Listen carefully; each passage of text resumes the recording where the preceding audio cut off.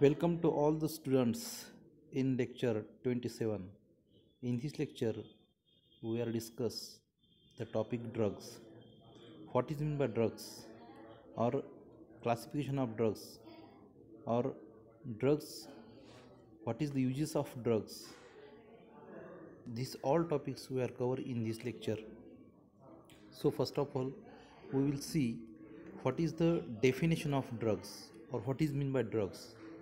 Drugs is a substance which is used to prevent or cure disease in human being or animals. See here, what is meant by drugs? Drugs is a substance. Drugs काय आहे तर drugs एक असा पदार्थ आहे किंवा एक असा सबस्टन्स आहे जो की डिसीज क्युअर करण्यासाठी किंवा आपण काय म्हणतो त्याला रोग बरं करण्यासाठी ॲनिमल्समध्ये आणि ह्युमन्स बिईंग्सला जे काही रोग होतात ते रोग बरे करण्यासाठी जे काही पदार्थ वापरले जातात, जे काही केमिकल्स वापरले जातात, अशा पदार्थांना आपण काय म्हणतो, it is called as the drugs किंवा त्याला काय म्हणतो आपण ड्रग्ज म्हणतो. Drugs is substance which is use to prevent or cure disease in human being or the animals. असा एक केमिकल पदार्थ जो की काय करतो ॲनिमल्समध्ये किंवा ह्युमन बिईंग्सचे काय करत असतो, ह्युमन बिईंग्समधले डिसीज क्युअर करण्याचं काम काय करत असतो. आता त्याची डेफिनेशन पाहू आपण. What is the definition of the drugs? Drugs may be defined as synthetic or natural substance. Synthetic or natural substance which are used to relieve discomfort and restore a state of well-being. काय सांगितलं? Drugs may be defined as synthetic or natural substance. कदाचित एखाद्या वेळेस drugs जे असतात हे लॅबोरेटरीमध्ये prepare केले असतात किंवा ते नॅचरल असतात. आपले जे काय प्लांट्स असतात त्या प्लांट्सपासून काय करतो आपण एक्सट्रॅक्ट करू शकतो किंवा नॅचरल असतात, नॅचरली मिळतात ते substance which are use to relieve discomfort. आता डिस्कम्फर्ट म्हणजे काय? कम्फर्ट आपण म्हणतो की कम्फर्टेबल फील होत आहे. जर डिस्कम्फर्ट फील होत असेल तर ते रिलीज करतात डिस्कम्फर्ट आणि restore a state of well-being म्हणजे त्याला काय बरं वाटणे किंवा ते बरं वाटण्यास मदत करत असतात. अशा सबस्टन्सला काय म्हणतात? This substance is called as the drugs. And ideal drugs should satisfy the following requirements. मग जर एखाद्या केमिकल्सला किंवा नॅचरल सबस्टन्सला जर आपल्याला ड्रग्ज म्हणायचं असेल तर कोणत्या कंडिशन आहेत की त्या कंडिशन त्या ड्रग्जनं जर फॉलो केल्या तर अशा ड्रग्जला काय करतो आपण? आयडियल ड्रग्ज आपण म्हणू शकतो किंवा आयडियल ड्रग्ज म्हणू शकतो. तर मग त्या कोणत्या कंडिशन आहेत तर त्या कंडिशन काय करू आपण पाहू की त्याला आयडियल ड्रग्ज आपल्याला तिथं म्हणता येईल किंवा चांगला ड्रग्ज हा तिथं त्याला काय म्हणता येईल, आपल्याला म्हणता येईल. First condition see here when administered to host, it action should be localized at the site where it is desired to act. काय सांगितलं पहिल्याच्यात की ज्यावेळेस आपण तो ॲडमिनिस्ट्रेट करू त्या होस्टमध्ये किंवा इंजेक्ट करू त्या होस्टमध्ये तर त्यावेळेस काय होईल, तो ज्या जागी त्याचं दुःख आहे किंवा ज्या जागी तो डिसीज आहे त्याच पर्टिक्युलर जागीच काय झाला पाहिजे, त्या ड्रग्जनं तिथं त्याचं काम केलं पाहिजे किंवा तिथंच तो ॲक्ट झाला पाहिजे. नाही की जर आपल्या हातात दुखत आहे आणि त्याची जर रिॲक्शन ही आहे ती पायामध्ये होत असेल तर ही जी काही साईट आहे ती ही चुकीची साईट आहे. तो तसा ड्रग्ज नसला पाहिजे. तो ड्रग्ज कसा असला पाहिजे? ज्या ठिकाणी आपला डिसीज आहे त्याच ठिकाणी त्यानं काय केलं पाहिजे, त्यानं कार्य केलं पाहिजे. असा जर ड्रग्ज असेल तर तो का असेल? आयडियल ड्रग्ज म्हणू शकतो आपण त्याला किंवा आयडियल ड्रग्ज तो असू शकतो. It should act on a system with efficiency and safety. Drugs कसा असला पाहिजे? सेफ्टी असला पाहिजे. त्याची जास्त म्हणजे त्याचे काही साईड इफेक्ट नसले पाहिजेत किंवा साईड इफेक्ट्स नसू नये. नाही तर ड्रग्ज घेतला आणि इफेक्ट तर होतो पण त्याची जास्तीत जास्त काय असतात? साईड इफेक्ट असतात. तर ते साईड इफेक्ट नसले पाहिजेत. असा ड्रग्ज असेल तो पण काय असेल? आयडियल ड्रग्समधून आपण त्याला काय म्हणू शकतो? It should not be toxic. आता तो कसा नसला पाहिजे? तो टॉक्झिक म्हणजे विषारी नसला पाहिजेत. आता पाहिजे काय सांगितलं आहे? It should not be toxic. मग तो विषारी नसला पाहिजेत. नाही तर ड्रग्ज जर घेतला आणि जर दुसरं त्याचे साईड इफेक्ट्स जर भरपूर असले तर असा तो ड्रग्ज नसावा. It should not be toxic. It should have a minimum side effect. त्याचे साईड इफेक्ट कसे असले पाहिजेत? मिनिमम साईड इफेक्ट्स असले पाहिजेत किंवा कमीत कमी त्याचे साईड इफेक्ट्स असले पाहिजेत. It should not damage host tissue or physiological process. त्यानं होस्ट टिश्यू जो आहे ज्याच्यामध्ये आपण ते इंजेक्ट करणार आहोत त्याला डॅमेज न केलं पाहिजे. असा जर ड्रग असेल त्याला काय म्हणतो? त्याला म्हणतो आपण it is called as the ideal drugs. The cell should not becomes resistant to drugs after some times. मग त्या जे काही सेल असेल should not become resistant to drugs after some times. These are all the condition which is helpful for give the name of ideal drugs किंवा त्यालाच काय म्हणतो आपण आयडियल ड्रग्स म्हणण्यासाठी ह्या 4 ते 5 कंडिशन ज्या आहेत ह्या 5 कंडिशन जो ड्रग्स फॉलो करतो अशा ड्रग्सला काय म्हणतो this drugs is called as the ideal drugs आपण त्याला म्हणू शकतो.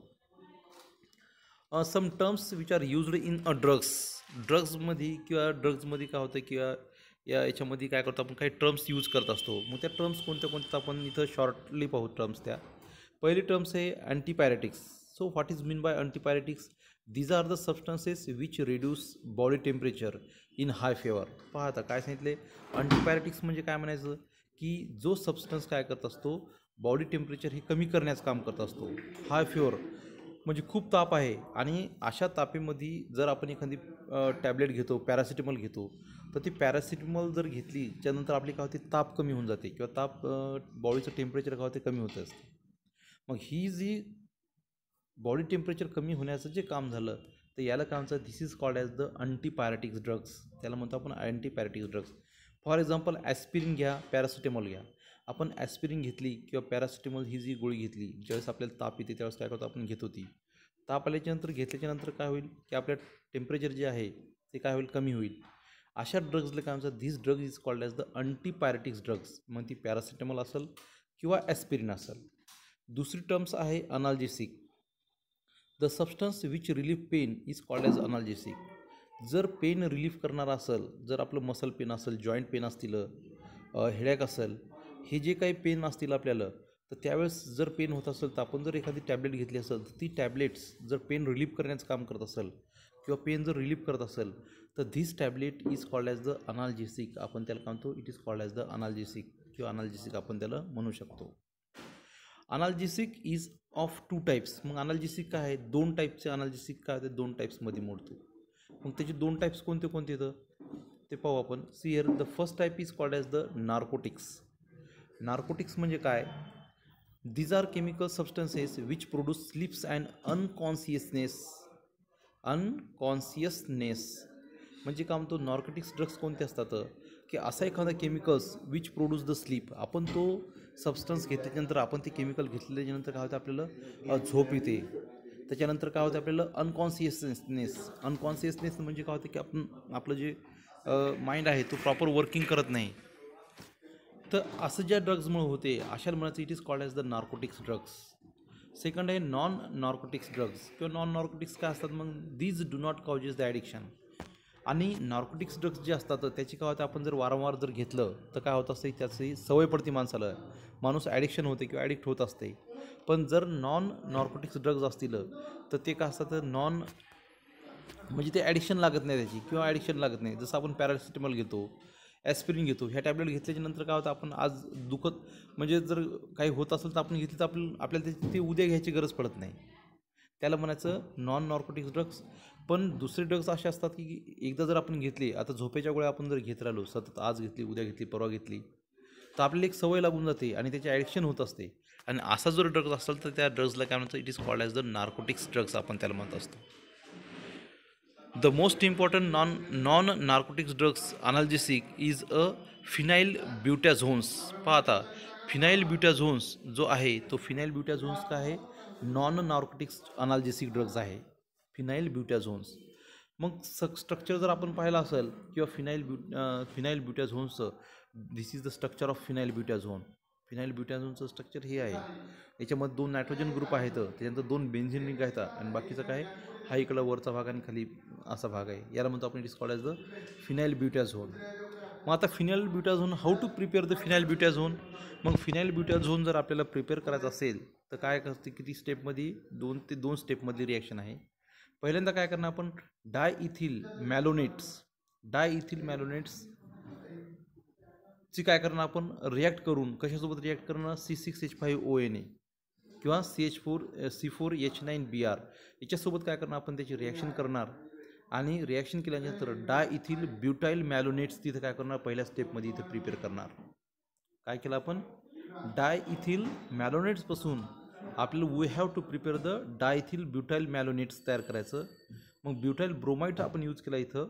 त्याच्यानंतर सोडियम साल्ट सुद्धा आपण इथे यूज केलेला आहे आणि सोडियम साल्टचा उपयोग करून किंवा ब्युटाइल ब्रोमाइडचा उपयोग करून इथं काय केली, रिॲक्शन केली, then there is formation of first product is the diethyl butyl malonates. हा डायइथिल ब्युटाइल मॅलोनेट्स ज्यावेळेस आपण डायफिनाइल हायड्रोजनसोबत रिॲक्ट करू, then there is formation of the final product. This product is called as the phenylbutazones. त्या प्रोडक्टला काय म्हणायचं मग, फिनाइल ब्युटाझोन्स म्हणतो आपण त्याला. मग अशी दोन स्टेपची रिॲक्शन आहे. पहिल्या स्टेपमध्ये काय तयार होईल, डायइथिल ब्युटाइल मॅलोनेट तयार होईल. डायइथिल ब्युटाइल मॅलोनेटचं आपण डायफिनाइल हायड्रोजनसोबत जर रिॲक्शन केली, then there is formation of the phenylbutazones का होते, तिथं तयार होते. This is the preparation method of the phenylbutazone. आता नेक्स्ट पाहू आपण की युजेस ऑफ फिनाइल ब्युटाझोन, त्याचे काय काय युजेस येतं किंवा काय युजेस आहेत त्याचे ते आपण पाहू इथं. It is toxic and contain mild analgesic and the antipyretics activity. आताच आपण सांगितलं इथं इट इज टॉक्झिक. आता हा कसा आहे, टॉक्झिक आहे. It contain mild analgesic and antipyretics. आपण वरच दोन्ही टर्म्स पाहिले, analgesic, what is mean by analgesic, what is mean by antipyretics, हे जे दोन्ही टर्म्स पाहिजे. अँड हे दोन्ही प्रकारचं काम करतो. Phenyl butazones which with aspirin is used as a potent medicine to cure the nematodes arthritis. आता पहा, फिनाइल ब्युटाझोन जो आहे हा जर आपण ॲस्पिरिनसोबत जर घेतला, दोघांचं कंबाईन करून जर आपण घेतलं तर एक पोटेंट मेडिसिन म्हणून याचा यूज होतो. आणि त्याला म्हणतो आपण निमॅटोड्स आर्थ्रायटिस म्हणून आपण त्याचा काय करतो, इथं क्युरिंगसाठी त्याचा उपयोग करत असतो. त्याच्यानंतर दुसरा उपयोग आहे त्याचा, phenyl butazone is useful in treatment of ankylosing spondylitis. त्याच्यानंतर सॉरेटिक आर्थ्रायटिस, त्याच्यानंतर syndrome arthritis associated with the ulcerative colitis. आता पाहिजेमध्ये काय दिलं आहे की फिनाइल ब्युटाझोन हे का होते की मॅक्झिमम आर्थ्रायटिस्ट म्हणून यूज केला जातो. आर्थ्रायटिस्ट म्हणजे काय म्हणतो आपण त्याला म्हणतो आपण जे काय असणारे जॉईंट पेन असतात, जॉईंट पेन असेल, त्याच्यानंतर फिंगर पेन असेल, जॉईंट पेन असेल, मसल पेन असेल, ह्या ज्या पेनसाठी रिलीफ करण्याचं काम कोण करत असतो, तो हे फिनाइल ब्युटाझोन्स हे काम करत असतो. हे जॉईंट पेन असतील, मसल पेन असेल, जॉईंट पेन असेल, फिंगर पेन असेल किंवा नी पेन असेल, त्याच्यासाठी काम कोण करते किंवा याला राहण्याचं काम कोण करणार आहे, फिनाइल ब्युटाझोन्स हा केमिकल्स काय करतो आपण इथं यूज केला जातो. त्याच्यानंतर it is used in therapy of the attack of gout. आता अटॅक ऑफ गॉइट्स म्हणल्याच्यानंतर काय होईल, परत ॲक्यूट अटॅक ऑफ गॉइट्स म्हणल्याच्यानंतर इथं पण जी काही स्वेलिंग असेल, त्याच्यानंतर पेन असतील, मसल पेन वगैरे असतील, तर या थेरपीमध्ये सुद्धा याचा उपयोग केला जातो फिनाइल ब्युटाझोन्सचा. It should not be used more than 1 week because it is a toxic. आपण फर्स्टली याची प्रॉपर्टी जर पाहिली आपण, तर हा कसा आहे, टॉक्झिक आहे. आणि टॉक्झिक असल्यामुळं एका वीकपर्यंतच फक्त आपण यूज करा, एकच वीक यूज करा. एका वीकच्या नंतर याला यूज करणं टाळावं because it is a toxic in nature. जर आपण जास्तीत जास्त जर फिनाइल ब्युटाझोनचं जास्तीत जास्त जर सेवन केलं किंवा घेत राहिलं तर साईड इफेक्ट्स कोणते होतात. The side effect of this drugs is omitting, त्याच्यानंतर फेवर, स्किन रॅशेस. तर हे काय असतील त्याचे टॉक्झिक इफेक्ट असतील. आपल्याला काय होईल, ओमिटिंग होणे, मळमळ होणे किंवा उलटी होणे, त्याच्यानंतर सर्दीसारखं होणे, ताप येणे, स्किनवर रॅशेस पडणे, हे जे काय होत असतं हे कशामुळे होतं, due to the side effect of the phenyl ब्युटाझोन्समुळं काय होत असते, जनरली होत असते. These are the side effect of this drugs. आता सेकंड टाईपचा ड्रग्स पाहिजे काय दिलं आहे, तर सेकंड टाईपचा ड्रग्सला म्हणतो आपण सल्फाइड ड्रग्स म्हणतो आपण किंवा सल्फाइड ड्रग्स म्हणतो. सल्फाइड ड्रग्स म्हणजे काय म्हणतो, generally it consist of the, याच्यामध्ये काय असते, दिस कंटेन सल्फोनामाइड्स नावाचा एक ग्रुप असतो, SO2NH2. हा सल्फोनामाइड ग्रुप जर असला इन द स्ट्रक्चर किंवा त्या स्ट्रक्चरमध्ये जर सल्फोनामाइड्स जर असेल तर अशा ड्रगला काम this drug is called as the sulphide drugs म्हणत असतो किंवा सल्फा ड्रग्स म्हणत असतो आपण याला. सियर आता याच्यातली कोणतं, आता हे इथं सल्फाइड ड्रग्सचं एक तुम्हाला स्ट्रक्चर दाखवतो मी. इथं याच्यात पाय SO2NH2 हा इथं जो सल्फाइड ड्रगचा सांगितला आपण, तो हा इथं ग्रुप आहे. आणि या स्ट्रक्चरमध्ये जर असा ग्रुप असेल, SO2NH2, त्याला म्हणतो आपण सल्फोनामाइड जर ग्रुप असेल त्या स्ट्रक्चरमध्ये, त्याला म्हणतो आपण this called as sulphide drugs. These are use to cure bacterial infection in human being. जर आपल्याला बॅक्टेरियल इन्फेक्शन जर झाला असेल तर ते बॅक्टेरियल इन्फेक्शन क्युअर करण्याचं काम कोण करत असतं, तर ते क्युअर करण्याचं काम सल्फर ड्रग्स करत असते किंवा सल्फर ड्रग्सनं आपण ते करू शकतो. They are played an important role in curing disease like the pneumonia, dysentery, etc. The important sulphur drugs is sulphanil amide आणि सल्फॅडायझिन आणि सल्फॅनिल अमाइड्स हे काय तर दोन इम्पॉर्टंट सल्फर ड्रग्स म्हणून ओळखले जातात किंवा आहेत. तर त्याच्यापैकी आणि ते काय करतात तर निमोनियासारखे डिसीज किंवा डिसेंट्रीसारखे डिसीज जे असतील तर ते निमोनिया असेल, डिसेंट्री जर झाली असेल तर हे डिसीज क्युअर करण्याचं काम कोण करत असते, सल्फर ड्रग्स हे काम करत असते. सल्फर ड्रग्स कशाला म्हणतो आपण की ज्या ड्रग्जमध्ये कोणता ग्रुप असतो, सल्फोना अमाइड्स किंवा सल्फोना अमाइड्स जर ग्रुप असेल तर त्या ड्रग्जला आपण काय म्हणतो, it is called as the sulphur drugs आपण तिथं म्हणत असतो. त्याच्यातला पहिला टाईप आपण पाहू आता, सल्फॅनिल अमाइड्सचं जर आपण पाहिलं असेल, this is the structure of sulphanil amide किंवा सल्फॅनिल अमाइडचे एक आहे स्ट्रक्चर आहे. त्याच्यानंतर आपण पाहू की मेथड ऑफ प्रिपरेशन, की how it is prepare sulphanil amide, how it is preparation of sulphanil amide by modern मेथडनुसार काय करतात, sulphanil amides can be prepared by the reaction of acetanilide and the chlorosulphuric acid. Acetanilide घ्यायचं आणि sulphonic acid घ्यायचं. क्लोरोसल्फोनिक acid आणि ॲसिटामोइड या दोघांची काय करायची, रिॲक्शन करायची. हे झालं आपलं ॲस्टेनोलाइट आणि हे काय झालं आपलं इथं क्लोरोसल्फोनिक ॲसिड. क्लोरोसल्फोनिक ॲसिडची आणि ॲस्टेनोलाइटची काय करायची, रिॲक्शन करायची. Then there is formation of acetyl sulfonyl chloride. मग त्या पहिल्या स्टेपमध्ये काय होईल, तिथं होईल की ॲसिटिल सल्फोनिल क्लोराईड तिथं तयार होईल. मग त्या ॲसिटल सल्फोनिल क्लोराईडसोबत तिथं काय करणार आपण, अमोनिया म्हणजे NH3ची रिॲक्शन करणार आणि NH3 सोबत रिॲक्शन झाल्याच्या नंतर आपल्याला काय मिळेल तिथं, ॲसिटल सल्फॅनिलिक अमाइड्स. त्या क्लोराईड गेल्याच्या नंतर तिथं ग्रुप कोणता येईल, तिथं अमाइड ग्रुप येईल आणि ॲसिटल सल्फॅनिलिक अमाइड्स हा तयार होईल. त्याचं जर आपण हायड्रोलायसिस केलं पुढच्या स्टेपमध्ये, then there is formation of sulphanil amides हा काय होईल आपल्याला तिथं प्रोडक्ट तयार होते. म्हणजे पहिल्या स्टेपमध्ये ॲस्टेनोलाइटचं आणि क्लोरोसल्फोनिक ॲसिडचं रिॲक्शन करायची, तिथं तयार होईल आपल्याला ॲसिटल सल्फोनिल क्लोराईड तयार होईल.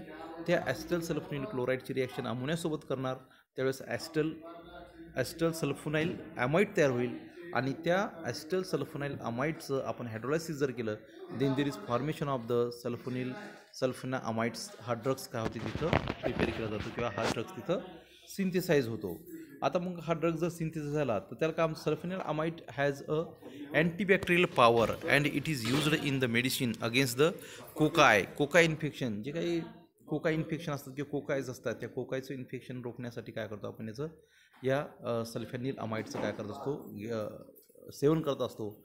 मग ते कोणते सच ॲज द स्ट्रेप्टोकोकाय असेल, गोनोकोकाय असेल अँड द निमोकोकाय असेल, it is chiefs as a sulphur drugs. किंवा मग हे जे सांगितले आपण, स्ट्रेप्टोकोकाय असेल, गोनोकोकाय किंवा काय म्हणतो आपण त्याला निमोकोकाय जे असतील, तर या कोकायचं इन्फेक्शन रोखण्याचं काम कोण करत असतं, हे सल्फर ड्रग्स करत असतो. आणि त्याच्यामध्ये कोणता करत असतो, सल्फॅनिल अमाइड्स हा ड्रग्स काय करत असतो तिथं करत असतो. आता दुसरा ड्रग्स आहे तिथं, दुसऱ्या ड्रगचं नाव आहे सल्फॅडायझिन. आता सल्फॅडायझिन जो आहे त्याचं जर स्ट्रक्चर पाहिलं आपण सल्फॅडायझिनचं, this is the structure of the sulphadiazine. सल्फॅडायझिनचं स्ट्रक्चर पहा, पहिल्या बेंझिन रिंगमध्ये 2 नायट्रोजन ॲटम्स आहेत, डबल 1 नायट्रोजन 3, 4 जवळपास 4 नायट्रोजन कंटेनिंग कंपाऊंड आहे हा. त्याच्यानंतर एक मधात सल्फर ग्रुप आहे, 2 ऑक्सिजन ग्रुप आहे. असा स्ट्रक्चर काय आहे, या स्ट्रक्चरला काय म्हणतात, ही structure is called as the sulphadiazine. त्याला म्हणतो आपण सल्फाडायझिन. आता सिंथेसिस मेथड पाहू आपण सल्फाडायझिनची. By condensation of 2 amino pyrimidine with the para acetyl sulphonyl chloride followed by alkaline hydrolysis steps involve are. आता काय केलं जातं, पहिल्या स्टेपमध्ये जर आपल्याला सल्फाडायझिन जर बनवायचं असेल तर पहिल्यांदा काय घेणार आपण, घेणार ॲस्टेनोलाइट घ्यायचं. ॲस्टेनोलाइटचं काय करणार, ॲस्टेनोलाइटची रिॲक्शन काय करणार, ॲसिटल सल्फॅनिल क्लोराईडसोबत. मग ॲसिटल सल्फॅनिल क्लोराईडसोबत केलं तर त्यावेळेस काय वॉटर मॉलिक्यूल मायनस होईल, तिथं काय तयार होईल, ॲसिटल सल्फोनाइल क्लोराईड तयार होईल. मग हा ॲसिटल सल्फोनाइल क्लोराईड जो असेल त्याचं आपण कंडेन्सेशन जर केलं, then there is formation of the compound. This compound is called as the para acetyl sulphonyl chloride followed by alkaline. मग ज्यावेळेस याचा आपण अल्कलाईन सोबत हायड्रोलायसिस करू, अल्कलाईन कंडिशन म्हणजे बेसिक कंडिशनमध्ये किंवा NaOH सोबत आपण ज्यावेळेस हायड्रोलायसिस करू, then there is formation of the sulphadiazine. तिथं काय होईल, सल्फाडायझिन का होते तिथं प्रिपेअर होतं किंवा सल्फाडायझिन तिथं का होतो सिंथेसाइज होतो. त्याच्यानंतर त्याचे युजेस सल्फाडायझिनचे कोणते कोणते युजेस आहेत. The first use of use it is 8 times active than the sulphanil amides. जो काही याच्या अगोदरचा आपण सल्फानिल अमाइड्स हा ड्रग्स पाहिला, त्याच्यापेक्षा हा किती टाईम जास्त आहे, 8 टाइम्स ॲक्टिव्ह आहे किंवा 8 टाइम्स फास्टर तो रिॲक्ट होतो आणि लवकर बरं करण्यास किंवा इन्फेक्शन रोखण्यास काय करतो, मदत करत असतो. And it is used for the cure of bacterial inflammation. Sulphadiazine is a drugs which is mostly used for the bacterial इन्फेक्शनसाठी काय होतो आपल्याला तिथं यूज केला जातो किंवा बॅक्टेरियल इन्फेक्शन रोखण्यासाठी काय होतं आपल्याला तिथं यूज केला जातो किंवा बॅक्टेरियल इन्फेक्शन आपण त्याच्या सहाय्याने काय करतो, आपण रोखू शकतो. सेकंड काय झाले, it is much less toxic, absorb slowly by the intestinal tract and also excreted slowly. मग काय होतं, it is much less toxic. मग हा त्या जो काही याच्या अगोदरचा ड्रग्स पाहिला त्याच्यापेक्षा काय आहे, लेस टॉक्सिक आहे. बॉडीमध्ये काय होते, स्लोली ॲब्झॉर्ब केला जातो आणि स्लोलीच काय करतो, एक्स्ट्रॅक्टसुद्धा केला जातो. आता जे आपण इथं सांगितलं की बॅक्टेरियल इन्फेक्शन, ही जी तुम्ही पहिली स्लाईड बघत आहात किंवा ही जे पाहाल, this infection is called as the bacterial infection. हे असं असतं, बॅक्टेरियल इन्फेक्शन असते. जे स्किनवर जनरली पावसाळ्याच्या दिवसामध्ये पाहायला असेल, पावसाळा किंवा हिवाळ्याच्या दिवसामध्ये पण आपल्याला ह्याची स्किन झालेली आपल्याला दिसते हिवाळ्यात वगैरे. तर हे जे काही इन्फेक्शन असते, this infection is called as the bacterial infection. आणि बॅक्टेरियल इन्फेक्शन रोखण्याचं काम कोण करते, हे सल्फाडायझिन नावाचा ड्रग्स आपण काय करू शकतो, तिथं यूज करू शकतो. त्याच्यानंतर it is useful in various infection such as the meningococcal, pneumococcal and Friedlander's bacillus and influenza. ही जे काही व्हायरस किंवा बॅक्टेरियल इन्फेक्शन आहे, आता इथं आपण दाखवलं हे एक इन्फेक्शन दाखवलं. हे जे इन्फेक्शन आहे शेवटचं 3 नंबरचं, मी आता इथं टिक मार्क केलं, छोट्या बाळाच्या अंगावर दिसतं आपल्याला. याला म्हणतो आपण की मिनिंगोकोकल्स जे काही इन्फेक्शन असते, ते मिनिंगोकोकल इन्फेक्शन जनरली काय होते, हे असं असते. आणि इन्फ्लुएन्झा जो आहे, तर इन्फ्लुएन्झा हे अशा बॅक्टेरियामुळे असं इन्फ्लुएन्झा आपल्याला जनरली होत असतो. हे रोखण्याचं काम कोणाचं असतं की सल्फाडायझिन नावाचा जो ड्रग्ज आहे, तो सल्फाडायझिन नावाच्या ड्रग्सनं आपण काय करतो, हे तिन्ही इन्फेक्शन बॅक्टेरियल इन्फेक्शन आपण काय करू शकतो, इट इज कंट्रोल्ड किंवा त्याला आपण क्युअर करण्याचं काम तिथं आपल्याला करता येत असते. त्याच्यानंतर मलेरियल. आता पहा, malarials are the chemical substances which use to lower down the malarial fever. आता मलेरियल फेवर आपल्याला सर्वांना माहीत आहे की मलेरिया झाल्या की काय होते, एकदम खूप ताप येते, म्हणजे टेम्परेचर खूप हाय असते बॉडीचं. मग ती तापीला आपल्याला माहिती आहे की कोणती ताप असते, ती मलेरियल ताप म्हणतो आपण किंवा मलेरिया झाला म्हणतो जनरली. मग या मलेरियामध्ये काय असतं की तापीचं प्रमाण खूप जास्त असते. मग अँटीमलेरियल्स काय आहे, अँटीमलेरियल्स कशाला म्हणायचं, की antimalarials are the chemical substances use to lower down the malarial fever. जी काही मलेरिया झाल्याच्यानंतर, डास चावल्याच्यानंतर जो काही मलेरिया होतो आपल्याला, ते टेम्परेचर कमी करण्यासाठी जे काही ड्रग्ज वापरतो, this drugs is called as the anti malarial drugs. आणि मग त्याचे एक्झाम्पल कोणते तर क्युनोन असेल, क्लोरोक्युनोन असेल, त्यानंतर असेल प्लाझ्मोसिन नावाचे ड्रग्स. आत्ताच मी तुम्हाला सांगतो की हे जे काही अँटी मलेरियल ड्रग्ज आहे किंवा अँटी मलेरियल ड्रग्ज आहे, आता आपण या कोविड-19 पॅन्डेमिकमधून जात आहे किंवा महामारीतून आपण जात आहे सध्याच्या काळात. तर सर्वांना आपण हे क्लोरोक्यून नावाचं एक औषध तुम्ही किंवा टॅब्लेट्स तुम्ही ऐकली असेल, क्लोरोक्यून घ्या. क्लोरोक्यून कशासाठी हेल्पफुल आहे, कोविड-19साठी हेल्पफुल आहे. कारण की कोविड-19मध्ये काय होते, ताप येत असते. मग हे तापीमधलं जे काही टेम्परेचर बॉडीचं वाढले असते, हे कमी करण्याचं काम जे ड्रग्स करतात, त्याच्यासाठी आपण कोणता ड्रग्ज वापरतो जनरली, क्लोरोक्युनोन किंवा क्लोरोक्यून नावाची टॅब्लेट घेतात. मग ही क्लोरोक्यून काय आहे, ही it is called as the anti malarial tablet आहे. त्याला काय म्हणतो आपण, अँटी मलेरियल टॅब्लेट आहे क्लोरोक्यून. तर ती क्लोरोक्यून काय करत असते की बॉडीचं टेम्परेचर कमी करण्याचं काम जनरली करत असते. दिस इज द स्ट्रक्चर ऑफ क्लोरोक्यून. इथं जर तुम्ही पाहिले असेल तर हे स्ट्रक्चर त्या क्लोरोक्यूनचं आहे. इकडल्या साईडला एक क्लोरो ग्रुप दिसते आणि बाकीचा काय आहे, त्याचा जो काय 2 बेंझिन एक इकडं पिरिडीनसारखी एक रिंग दिसते.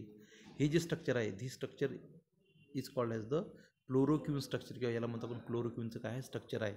हे त्या टॅब्लेट आहेत ज्या आपण कोविड-19मध्ये घेत असतो किंवा अँटीमलेरियल टॅब्लेट्स. आणि this is called as the chloroquine for Covid.